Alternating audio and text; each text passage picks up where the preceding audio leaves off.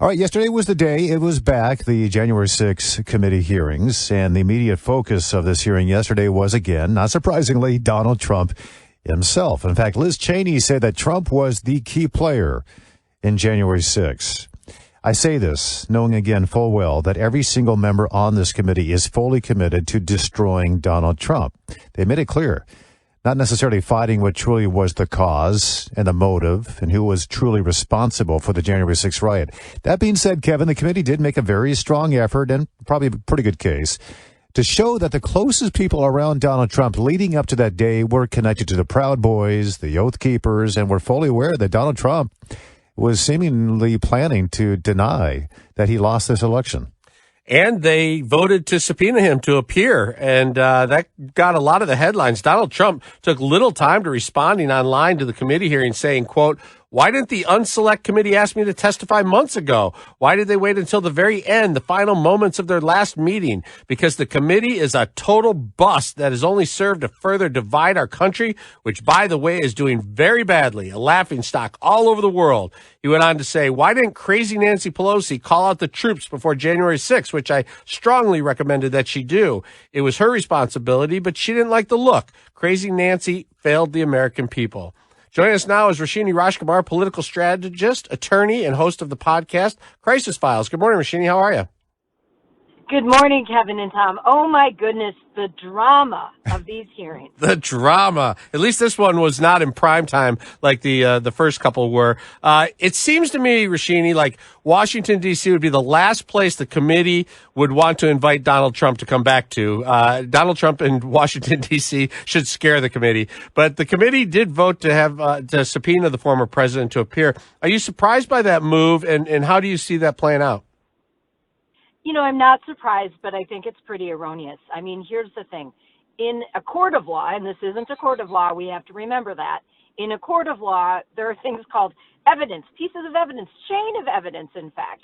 And before you do these kinds of things, there really needs to be a trail that points directly to one actor or another.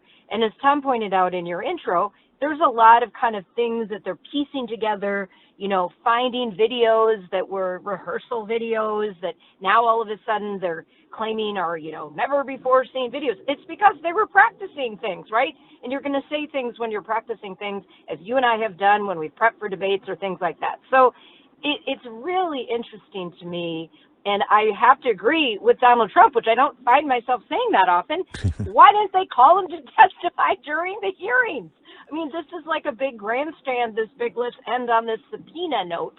It just keeps on being more politics as usual. Well, the timing right around the midterms is not surprising to me. I think this whole thing is a charade. But the session, the parts I watched of it, it felt like I was watching a closing argument at a trial or something like that, where not a lot of facts, just a lot of storytelling. Do you feel they say this may be the end of it? Do you feel like this was a fair fact-finding mission, or is Donald Trump, is this a political witch hunt? Well, I think it's somewhere in between, Kevin. I don't think it was fair at all. I don't think it really comported with any kind of sense of discernment, and at least the law, as I understand it, our Constitution as well as other, court law that's in place. So it just is, it defies logic. The whole thing defies logic.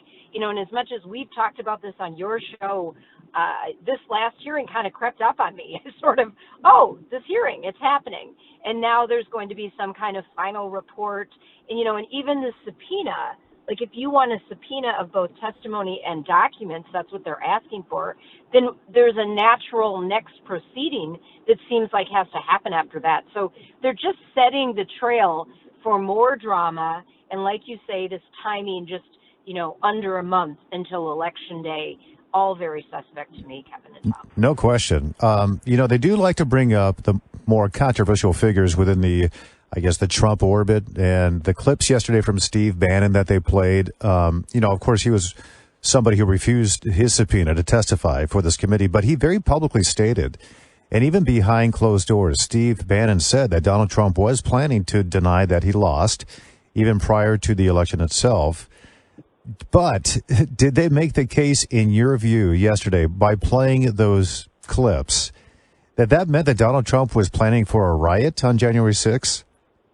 Yeah, I mean, it's kind of a leap because I think it's no surprise to most of us who have come to watch Donald Trump, the former president, that he wasn't, that it was very likely he would think the results of that election were erroneous. But that's a big leap to then say, okay, then he incited this riot. I mean, think about it if this were any other person besides Donald Trump, if we could for a moment. All the pieces of evidence and the interviews, the depositions that would need to happen before you could get to where we are. I think the drama of it being Donald Trump and the politicization of it all is where we are. And we as American citizens need to ask ourselves, is this really what we want our Congress, our senators to be doing? Well, we already have a test case because in 2016, I think most of the members of this committee themselves denied that 2016 was legitimate. And nothing happened there to them. So we have that aspect of it. But now to the point of Donald Trump having to potentially testify, there's just over a couple months left of this session of Congress. Republicans might take over after that. So the window is pretty short to get Trump to testify. Can they require him to do so in that time frame? I don't see how. I don't know how you can require, because again, it's not a court of law, right? So the intervening thing that might have to happen is something like an actual charge, federal charge. So it just seems like this window is way too short, this 3-ish week window. I mean, it would be a real fast track if it happened, but most of the courts of law I know are pretty darn backed up, and you don't really get that kind of movement in this short of time. Committee Chairman Bernie Thompson said, quote, Donald Trump led an effort to upend American democracy that directly resulted in violence on January 6th.